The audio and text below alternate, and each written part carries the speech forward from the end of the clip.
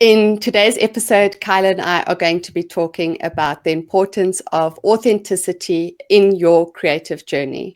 And we're also going to be chatting about why we need to be able to find the courage to follow our divine purpose and to be true to our creative voice.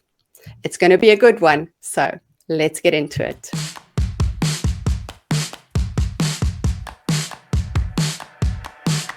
Gotta get messy and show the world you growing as an artist. And you're free to be yourself. You got a dream, you need to start it. Stick together. Get messy says you're formally invited to a community where you can find people that spark the feel of excitement. Too many art supplies, not enough time. No, it's tougher, so you must find a way to feel some connection. We got a lot of people with the same kind, a great mind. We here for you, a platform so we can hear your views. Time's yours, forget chores. I know you bored of them same rules.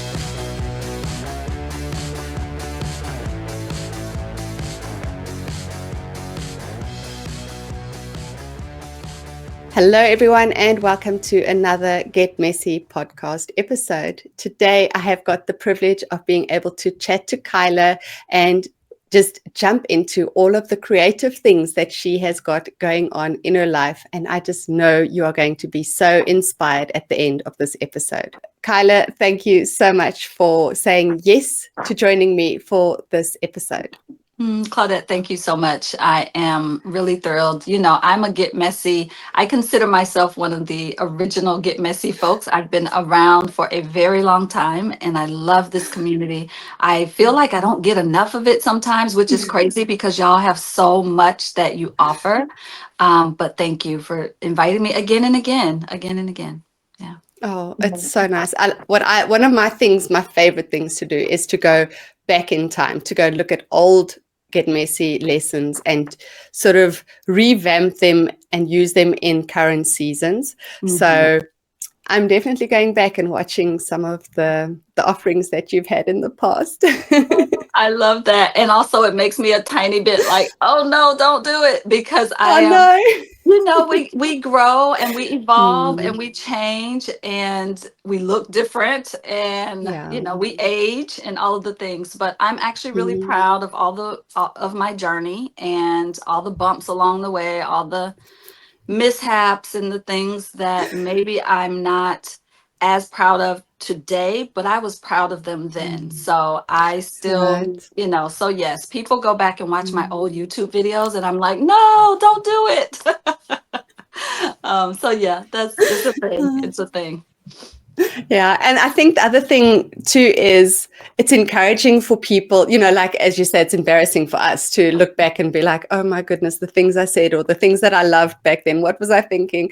But in that moment, it's like, you think it's the best thing ever. But for people that are looking at past you and present you, I think it's encouraging for them to be able to also see the journey that you've been on and that who you are today isn't necessarily who you were a few years back. And so they can also look forward to that transition within their creative practice. Absolutely. Good reframe. That's a great reframe. So we jumped right into it. Do you maybe want to introduce yourself to those that are maybe new to who you are and what your creative practice looks like? Do you maybe want to just tell us a little bit about yourself? Sure, that feels like a tall order. So let's see if I can keep it wrangled in a bit. I will start by saying, first of all, hello to everybody in the Get Messy community. I've lived a wide life. Let's say that. I have lived a life where I've done a lot of things. I've tried a lot of things. A big part of my life has been about trial and error and throwing noodles against the wall to see what sticks. It's been a lot about learning through doing, learning through trying something new. And that has just been my life's path. And I feel very honored to even be able to say that, because I know that also points to some of the ways in which I have experienced a lot of creative privilege in the world, right? But I've lived a wide life. I've tried a lot of different creative things, everything from jewelry making, scrapbooking.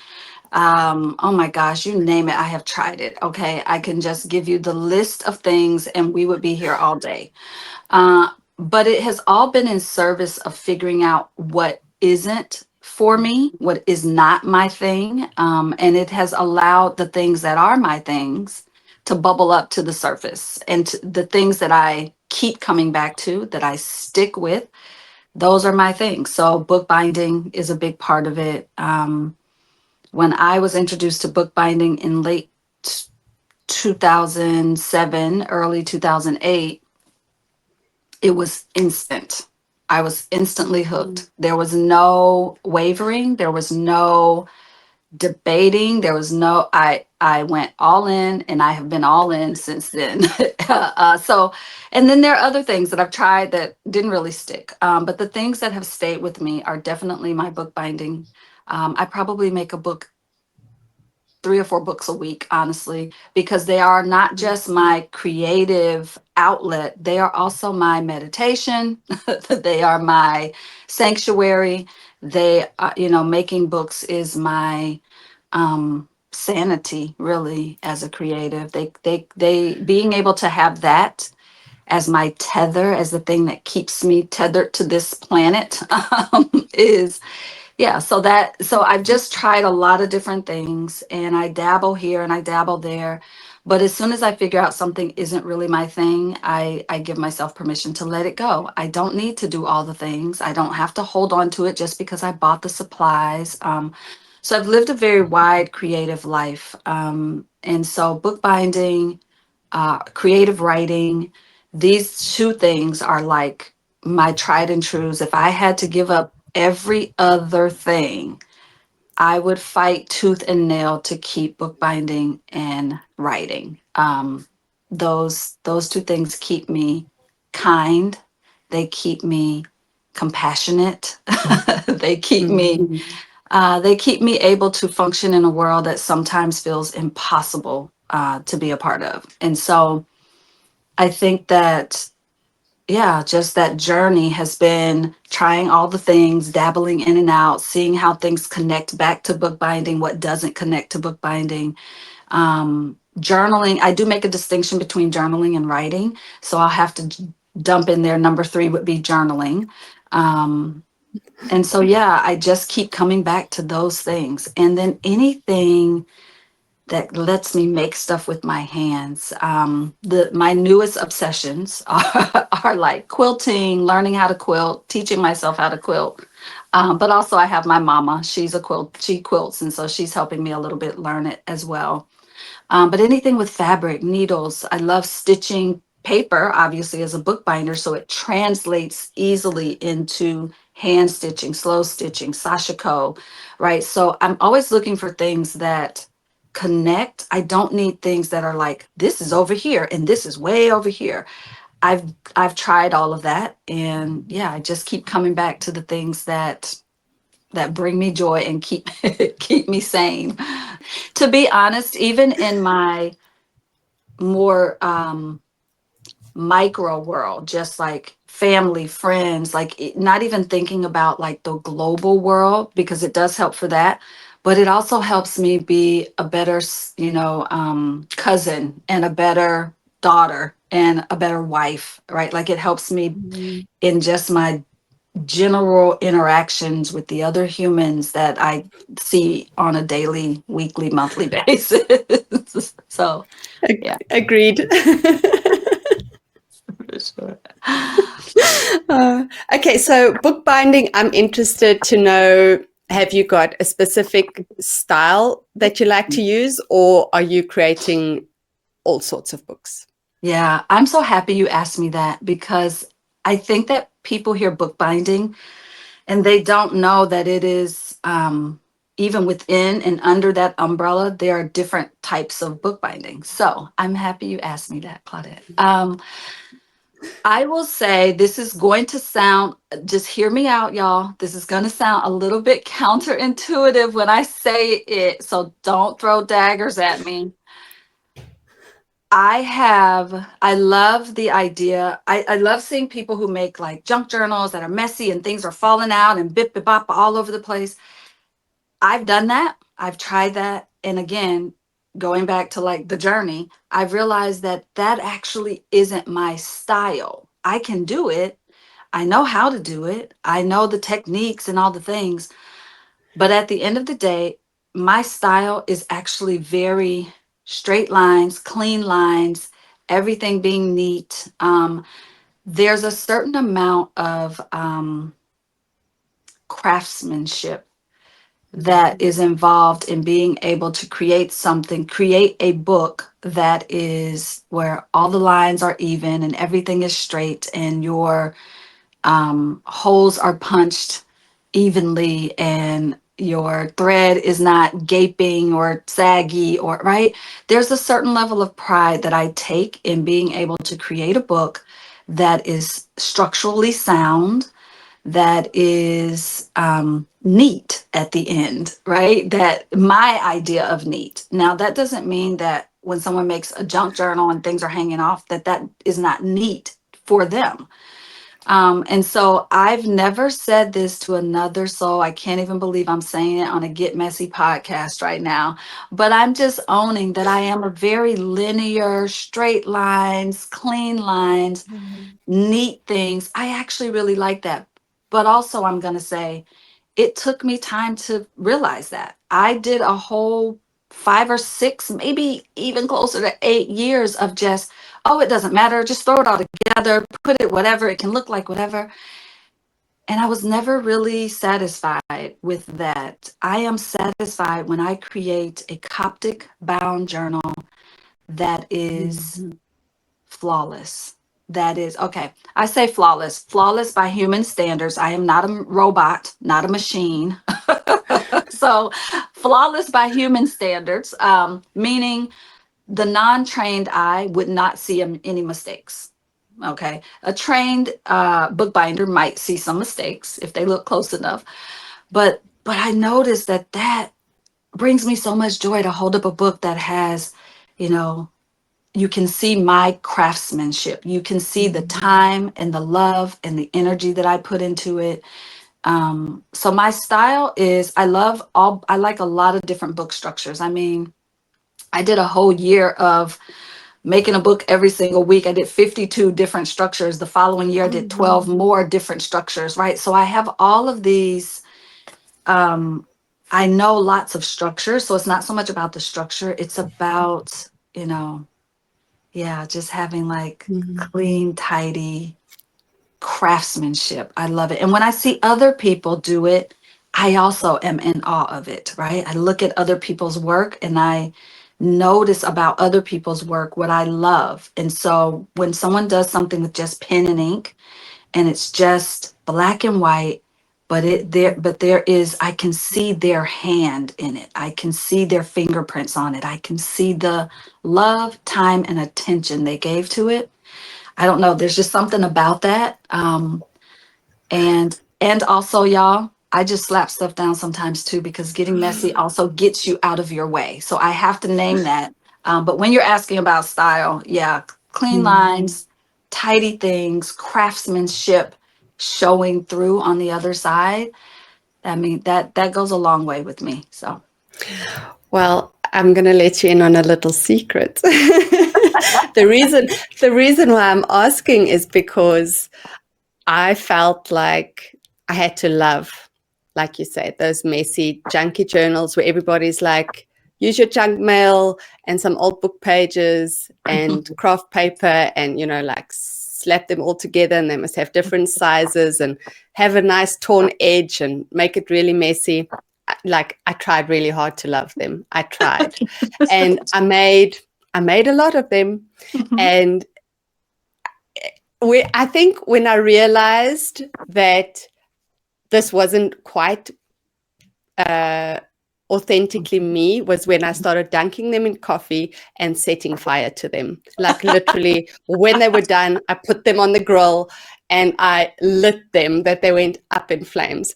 Then I started thinking like, why do I feel that I can do this? And I realized it was because from the start, it just didn't feel like it fit, right? So there was nothing precious about like drowning my books and burning them.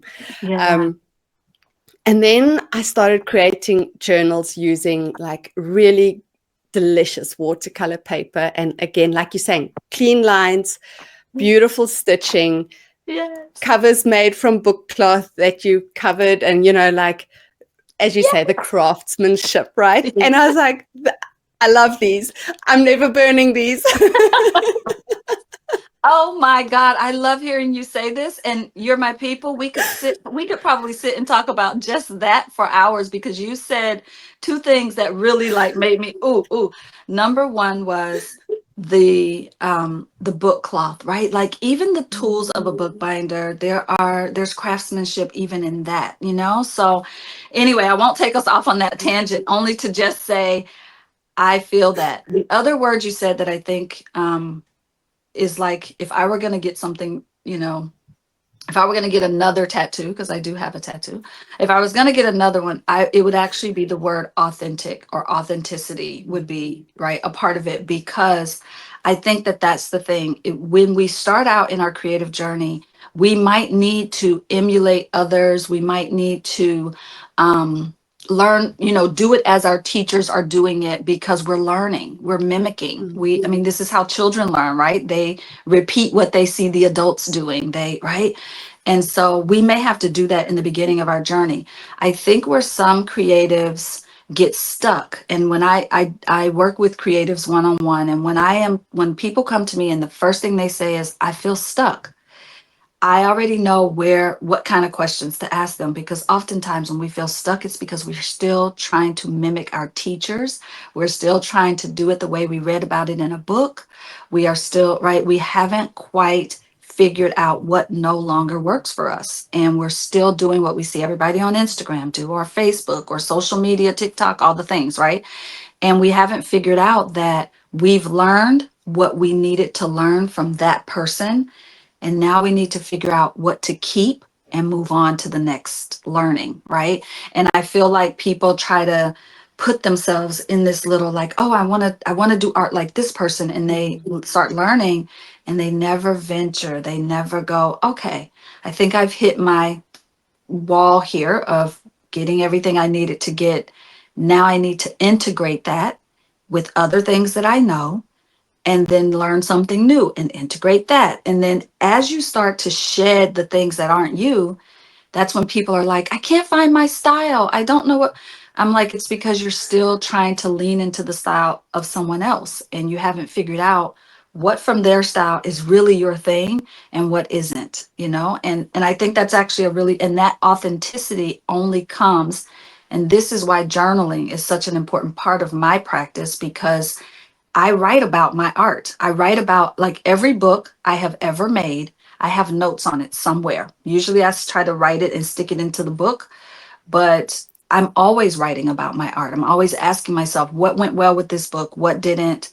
What do I love about this? What will I never do again when it comes to this, right? What materials do I love versus which ones I don't, right? Like, there's so many ways that this is how you find your style, right? You see what you keep repeating because you love it. Um, and you try new things to see if you love it. And when you don't, you let it go. You don't force yourself to love something you don't love. So yeah, that's my rant about that.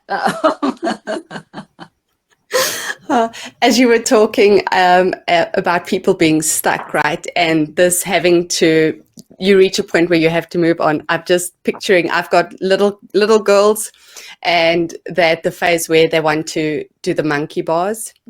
And one of my daughters can seamlessly do monkey bars, and the other one is she's a very nervous, sort of not very athletic little girl, so she's always kind of failing. And so I was thinking of that, right? It's that you have to have the courage to let go, as you were saying, that letting go, and then grab onto the next bar, right? Find the thing that is more you. And so I was just thinking about monkey bars, and like you get stuck if you don't have the courage to let go of things that are not serving you.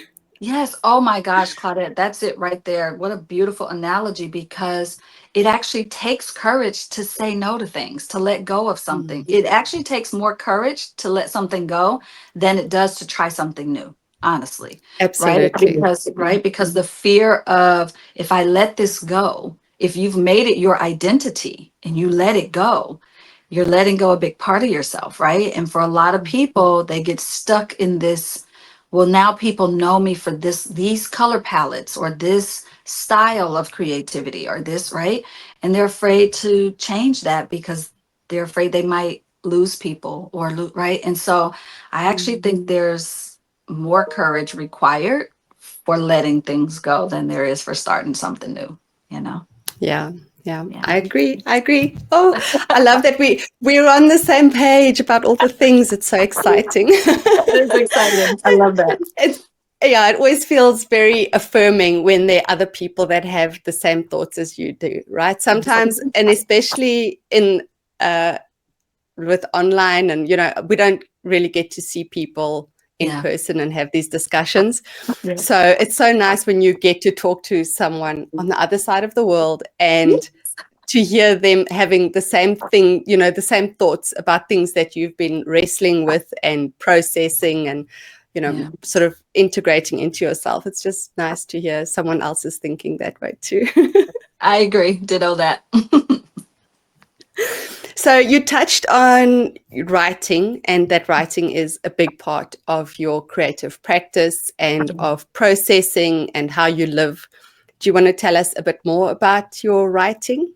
Yeah, absolutely. So, man, if I could get every creative sitting down and moving beyond journaling into what would be under the umbrella of creative writing, that's kind of like a tiny little secret dream that I have of every creative is writing their story, is telling their story, whether you choose to tell that story through the lens of fiction, or you choose to tell it through the lens of like a memoir or a teaching book or whatever it might be. I just think that we as creatives, we see the world differently. That's what makes us keep coming back to this creative thing, right? Is that we see the world, we see it differently, we process it differently, and then we come back and express how we've seen it and processed it in a way that people who haven't connected into their creative expression just won't do.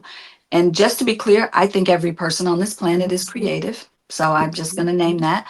I just think some of us have found the door to walk through to sort of get us closer to our creative truth. But I think so with writing for me, um, creative writing is I guess I would say I've always been a storyteller.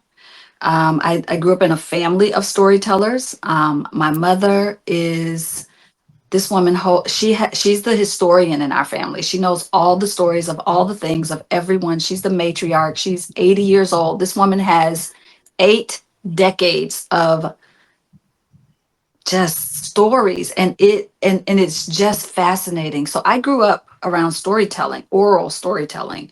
And so from there, poetry became really big and important to me. Writing short stories became a thing. And fast forward, I did an MFA at Mills College in California.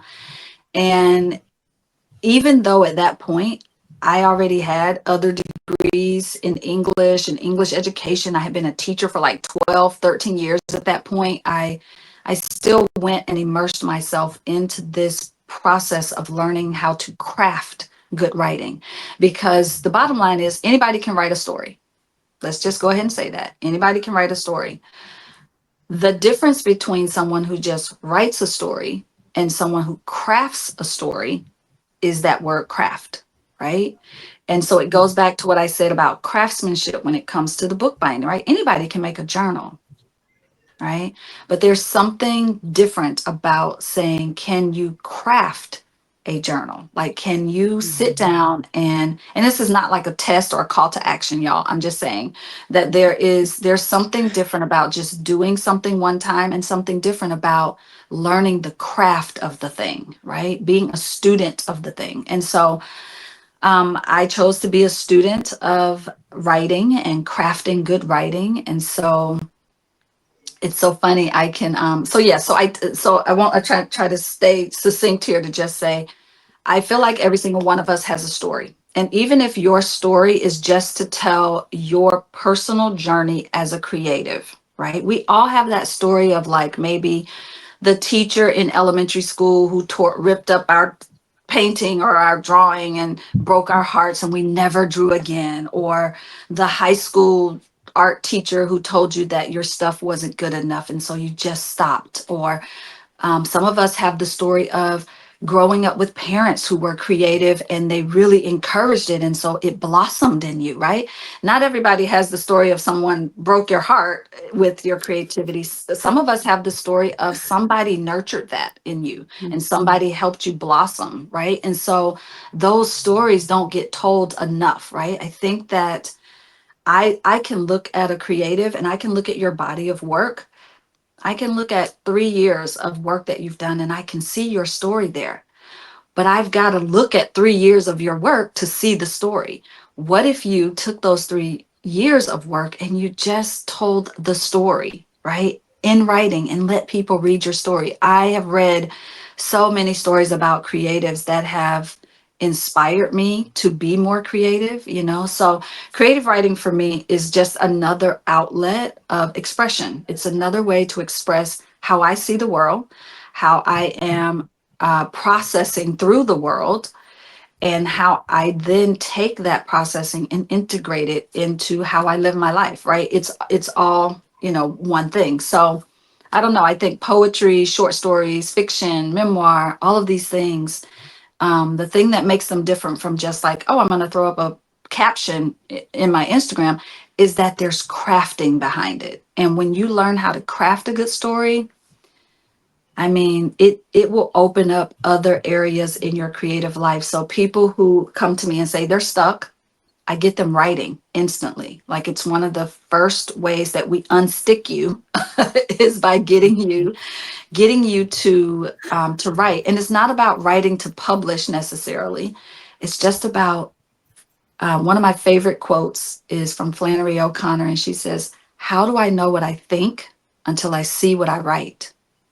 And that is one of the most powerful things for like, if you just sit with that for a moment, like writing helps you get clarity. It helps you, right? So I could sit and talk about this for hours and hours and hours, Claudette, but I teach creative writing to people because I know what it can unlock a part of you that paint does not do, that bookbinding does not do, that junk journaling does not do, that all these other things we love, y'all, they unlock certain things, but writing is its own key and it unlocks a very special door inside of us. And so I'm kind of on a mission to get more creatives to write creatively, right? And not just journal, but to write to tell their stories. So yeah. I love it. That's really exciting. So for people that are listening now and thinking, this sounds inspiring and I need that key, where would you say they need to go to start their journey of creative writing? Yeah, so obviously, I would love you all to come start it with me. However, I know that's not always possible, right? So I do a lot of live teaching and classes, and also my classes for writing are often very small and limited. I can't have hundreds of people because I'm also holding space for you. I'm hearing your story, I'm reading your story, I'm giving feedback, right? So I know that there's a barrier there because there's limitations. So I would say, first of all, start reading the stories of other creatives. That's a great place to start, right? If you aren't sitting down to write your own stories, start reading the stories of others and read stories about creatives, right? So those would be the first two things, like stories by other creatives and stories about other creatives, like those two things.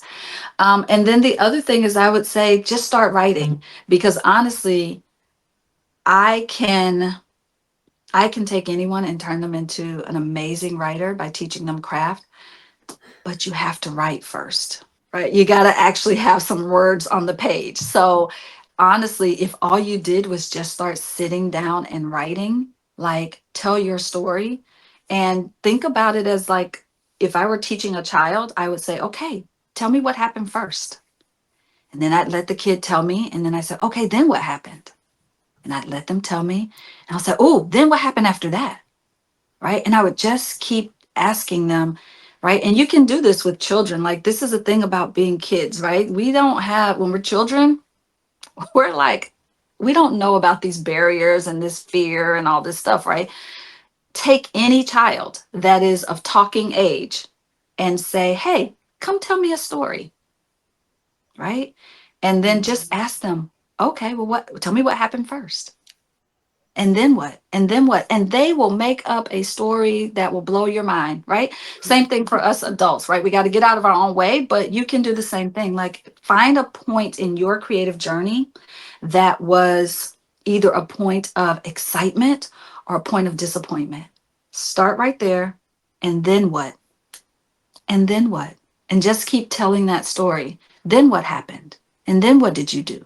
Right? So you really don't actually have to sit down and have a book or anything to start writing. Just start pick a point on your personal journey, your timeline, and start telling the story from right there. And then just see what happens, right? And then when you're ready to learn some crafting, knock on my door and we'll talk about crafting. But first, you need words on the page to be able to craft them, right? So just start writing. I will also say, every year I do certain things. Like in the month of April, I always do free sessions every week because it's National Poetry Writing Month in April.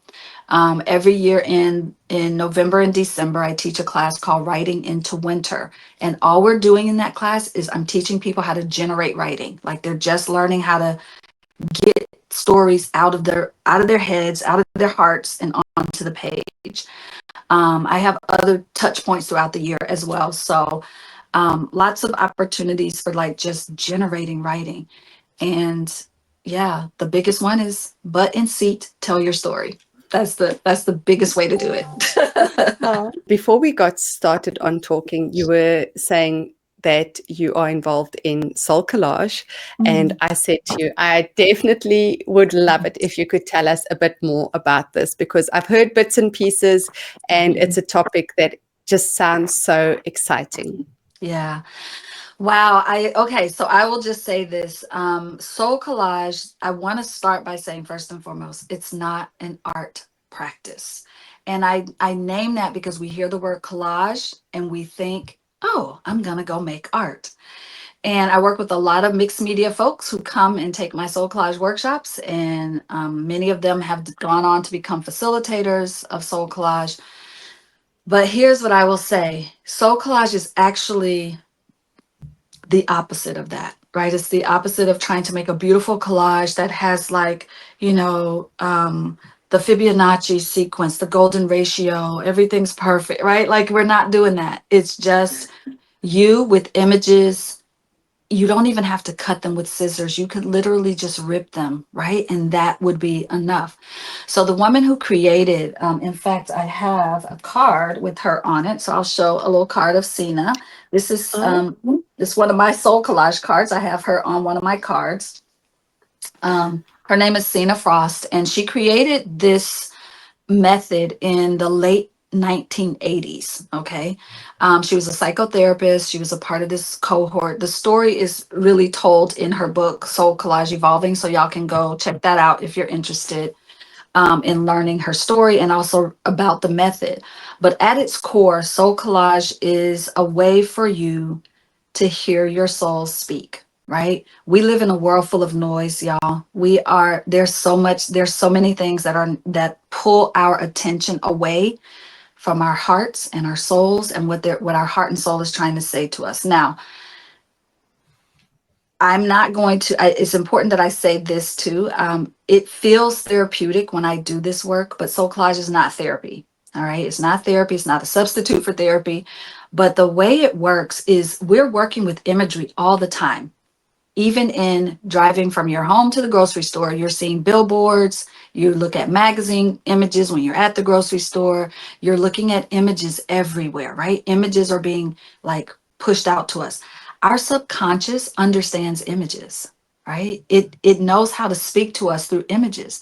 If you've ever woken up from a dream and you're like, that's so weird. I was at my mom's house at the beginning of the thing, and then all of a sudden I flashed and I was at my old elementary school, and then I was, right? This is the subconscious stringing together images that it knows you understand, right? So that it can make a picture for you and give, right? But it has to pull from all these places. So this is why soul collage works as beautifully as it does, because our soul, our subconscious understands images. So when we are going through magazines and we're finding these images, something's going to speak to your soul. We call that resonating, right? Like, oh, it resonates with me. And when that image resonates with you, grab it, pull it out of the magazine. You're going to use it in your soul collage card, right?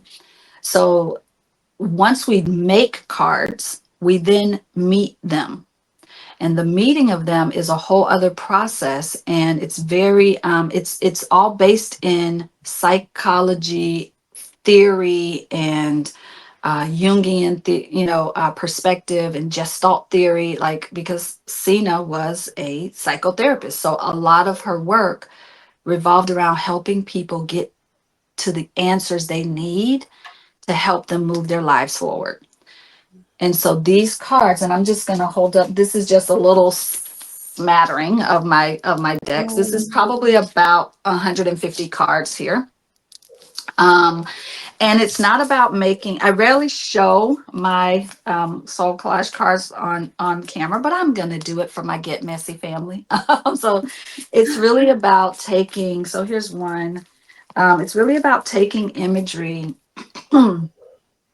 from magazines, and we're liberating them from their original backgrounds or whatever. You also, this is a digital card I made. You can also make digital. You can make them using Photoshop, Canva. Like, you can also use digital collage making. But there is a method, there is a process we walk you through as facilitators. And I happen to be both all three: practitioner, facilitator, and trainer. And so I get to train people to become facilitators, which I love because it's another way for you to deepen your relationship with your own cards, but it's also a way for you to help other people find this method, and do this work in the world with others as well. So it kind of becomes this ripple effect. But then the third reason I love doing it is because it also, is another stream of income for people who are looking for a way to, um, add to the add to their business, right, in their entrepreneurial. So we make cards, we meet cards, we consult cards. There's a whole methodology behind it. Sina Frost, the woman who created, she pulled a card every single day for like 30 something years, right? And asked questions and got answers from her soul level, right? So there's a whole, I mean, I could talk for hours and hours about it, but I am always doing introduction workshops online. So y'all can come and check out. I'll make sure you have a link for that to see when my next one is. I usually try to do one a quarter. Um, Sometimes I'll do two, but because I'm also training, and the training is a little more intense. And so I try to have introductory workshops so people can start making cards and figure out if it's right for them.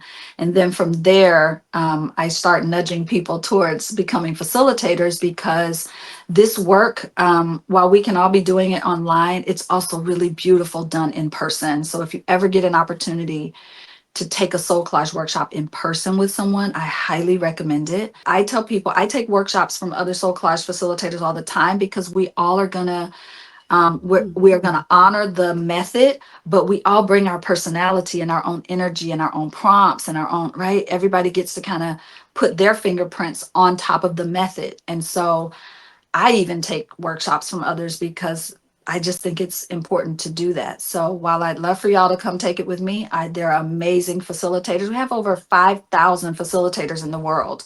Um, Even in South Africa, Claudette, I'll tell you that. So yeah, soul collage is, yeah, it's hard to describe it. It's one of those things where you're like, I can sit here and tell you, yes, we take images, we put them on cards. Yeah, it's not like vision boarding. You know, a lot of people go, oh, I'm making like a little vision board. No, it's not like vision boarding. It's very different than that. So yeah, the best I can say is it helps you get out of that feeling like everything has to be beautiful art, first of all. It also helps you listen and hear what your soul is asking you for. And there's not a lot of other tools that do that. There are some, but this, I would definitely put this at the top in my top 3 ways to learn how to listen to what my soul wants. And this is one of those. So, yeah. Oh, and I love that it sounds like soul collage and your writing are sort of best friends, right? Yes, absolutely. They go together. We do a lot of journaling in Soul Collage because you make the card, you meet it. So you've got to be listening and journaling and writing down what this card is saying to you.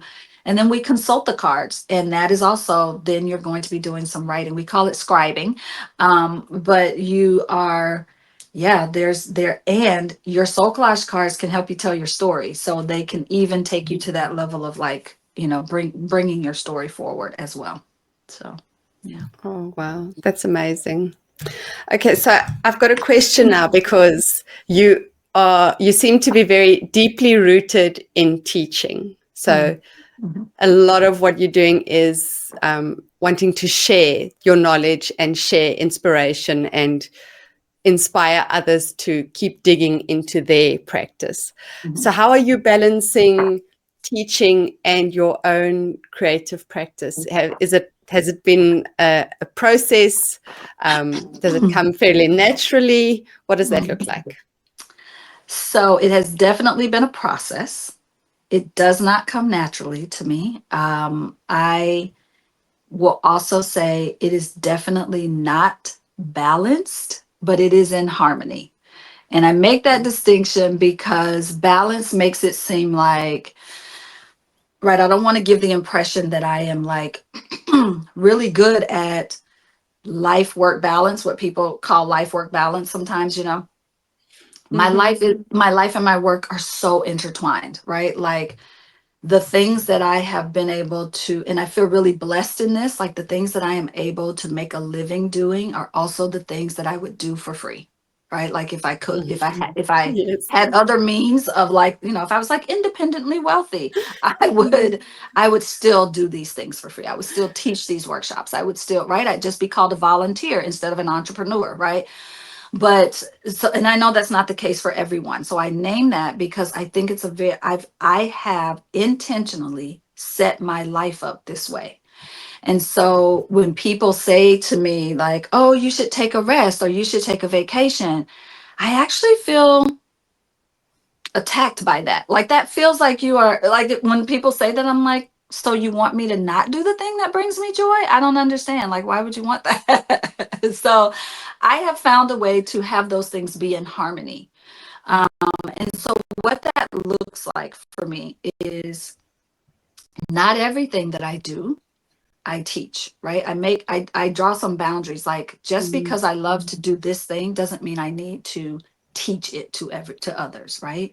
So I do have some things that I am doing in my personal creative practice that I do not teach. I don't film, I don't, right? And soul collage was that for a very long time for me. Until I got invited into the trainer circle. And then I was like, okay, this is a little different. But we have to have things that feed our soul that don't necessarily require us to make money from them when we are creative entrepreneurs. So that's the first, if I could give you any advice, y'all, that's the first thing. Have a thing that is your creative thing that you don't need to monetize, that you don't need to put on Instagram to show everybody what you're doing, that you don't, right? Like that is important. And so the way I've created harmony is, first of all, I say no to things that are not in alignment with my personal vision as a creative. Um, things that don't align with how I see creativity and how I want to promote creativity in the world. Um, and I say no to a lot of things, y'all. I get invited to do things a lot, and I'm very grateful and honored when people invite me. But if it is out of alignment, I have to say no, because then I start giving my energy to things that are out of alignment, and it becomes an energy leak. I'm very big on energy. Because, if I give something my time, I know how to make money. I do not know how to make time. I can do things, right? So I can, if I give my time, that's actually really more big than giving my money to something. And so I just manage my time as best I can. I'm not great at it, y'all. Some days I really suck at how I manage my time. But I do try to stay in harmony with what I believe is my divine purpose on this planet. And it all comes back to creativity. It all comes back to helping people find their own individual path as creatives. And so I think that the whole, you know, teaching, teaching comes naturally for me. All right. Balancing teaching and other things does not come naturally. And so that actually is a double-edged sword, because teaching comes naturally. I'm just like, oh, I can teach this. Let me do this. Let me turn the camera on and teach this thing. Let me make a class for this thing. Because it is natural for me to do that. And so I do have to really watch myself, because it's easy to get it out of harmony, to start having, so yeah, I don't know if I'm really answering your question there, other than to just say teaching is a natural outlet for me, and I have to manage the impetus to want to teach everything, right? I mean, even right down to cooking. I'm an amazing cook, but guess what? You're not going to see me teaching cooking classes, because it's not in alignment with the work that I'm here to do in that capacity. But I will always invite people over for a great meal that I have cooked, because that is in alignment with who I am as a human, right? But it's not a part of my business plan or my business structure or the way I want to, what I want to be known for, right? I mean, I'm known for it in my family. Everybody's like, "Did you cook such and such? Are you cooking da da da?" But that's not my work, my gift to the world, right? It's a gift to my family, but not so that's what I mean by like deciding what, because I am a creative cook. You can put 5 ingredients in front of me and I will whip out 2 or 3 different dishes, right? Like, I've practiced that, I'm good at that, but it's also not the thing that I want, that I think is my purpose in this world on a greater, larger, scale. So that's what I mean by just balancing that out. And staying in alignment with what I'm really trying to do in the world. So yeah. I love that you've made the differentiation between harmony and balance, because I think for a lot of us, where creativity is just who you are, right? I mean, it's every fiber of you is just, you live your creativity. So like you're saying, there is to have a line between what is work and what is just being creative is so difficult, because it's all together.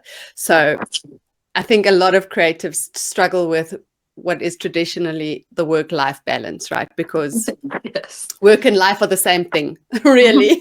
Yes, it is. And So, Claudette, one other thing is, like, once we turn our creativity on, once we unlock it, it's like you can't turn it off, right? It's like, it's very, exactly. right? You can't put it back in the box. Like, oh no, I'm a creative. You can't now not be a creative. You are, even when you're not creating, you are a creative. You're seeing the world that way. And so it's hard, y'all. It's hard to turn it off. You can't turn it off.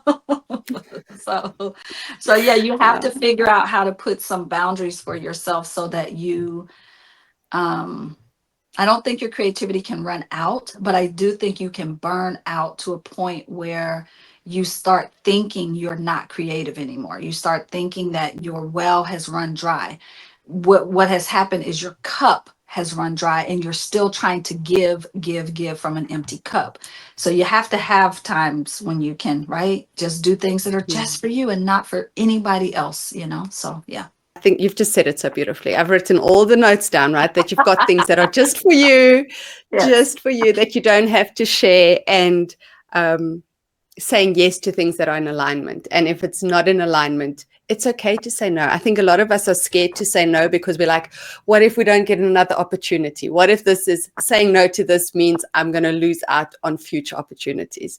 Yeah. And I think that you need to, again, it comes back to that courage, right? To have the courage to think, is this in alignment with what I want to really be doing?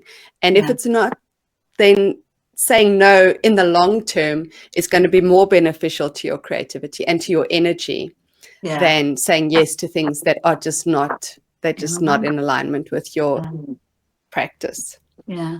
I know we're probably getting really close to the end of our time, but I want to just say one little thing about that too, because I do see a lot of creatives in the world who say yes to things that I go, huh, that doesn't seem like your thing, right? But I know that there's this rhetoric out in the world that says if you're an entrepreneur, you need to be growing your list. You have to say yes to everything. So you just get a bunch of people on your list.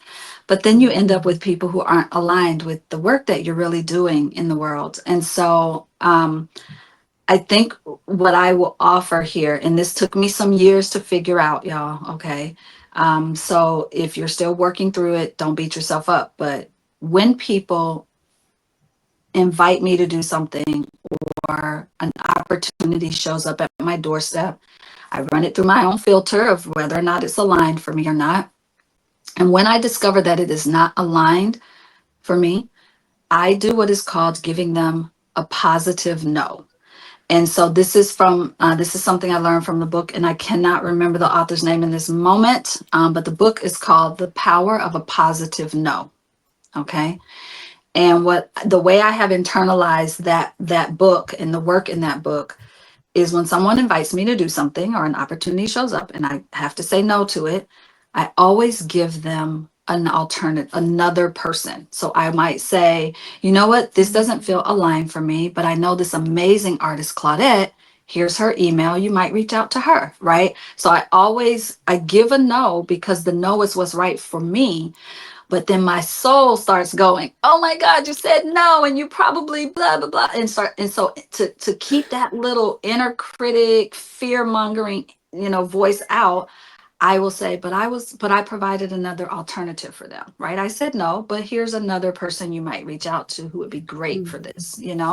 So that has been I started doing that about 3 years ago, and that has just changed my whole relationship with having to say no to things like, no, this isn't a line for me right now, but oh my gosh, there's 3 other people here that I know that would love this, so reach out to them, kind of thing. So that has been, because then I feel like I'm being a resource for that person, but I'm also being a cheerleader for other artists and other creatives, right? And so it kind of just, I don't know, it just makes me feel a lot better in being able to say no. It makes it less difficult for me to say no when I know I'm gonna give them something positive on the other side of that no. So Yeah, I love it because you immediately sending out like beautiful ripples into the universe, right?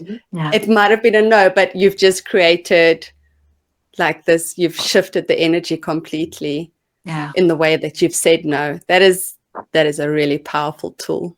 I think what I'll say is I know that sometimes a lot of my work with creatives can seem very heady, very academic in a way.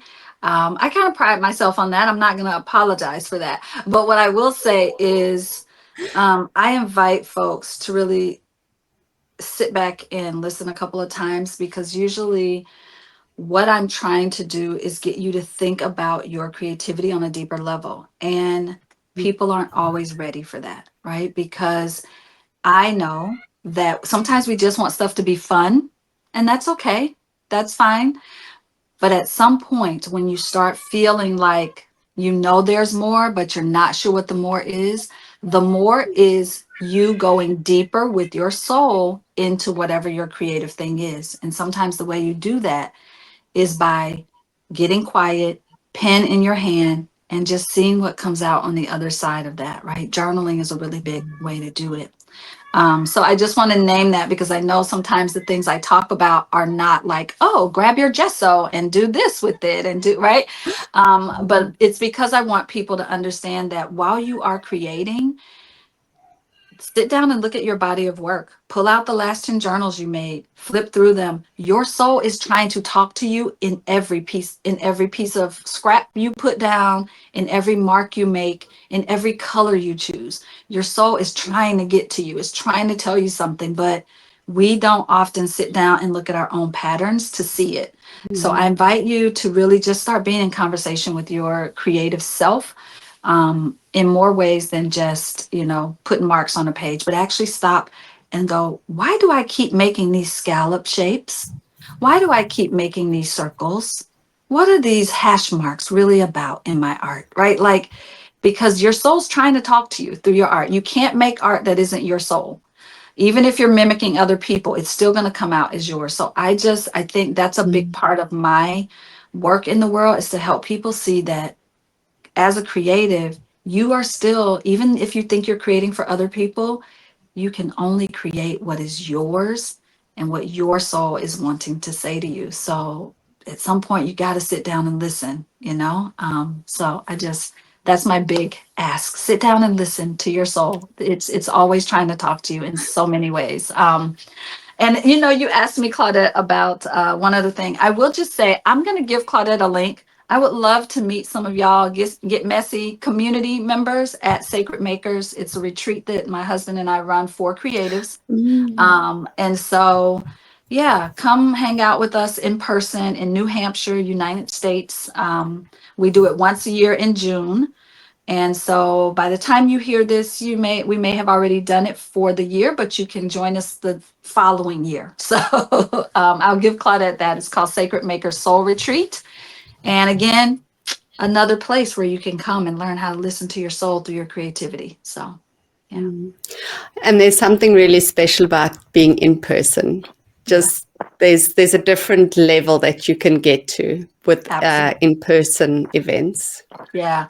And what I like to say, thank you for saying that, because what I like to say, the difference for me between in person and online is sometimes when you're in person with other people, there's this amplified energy. And so it's not just amplified, but it's also accelerated, right? You can get there a little faster with others, right? So, yeah. Absolutely. Yeah. I would definitely, if you're in the area, I would say go for it. Thank you. Oh, I love this chat. It has been absolutely amazing. And just to touch on what you were saying just now, I think that the beauty of your creative practice is only seen when you go deeper, almost like diamonds. Once they start cutting away at those facets, it really shows the beauty of it. And I think taking the time, as you say, to unpack what your practice is all about, why you're doing certain things, why you're using certain colors, that's when you can actually see the depth and the beauty in your whole process and the meaning behind it. Absolutely. Well said. Oh, thank you so much for chatting to us today and for sharing your wisdom and your thoughts so openly and just being such an inspiration. It really has been an amazing opportunity to be able to talk to you. Thank you so very much. Thank you, Claudette. Thanks to the Get Messy team and the community for having me. Thank you. Thank you.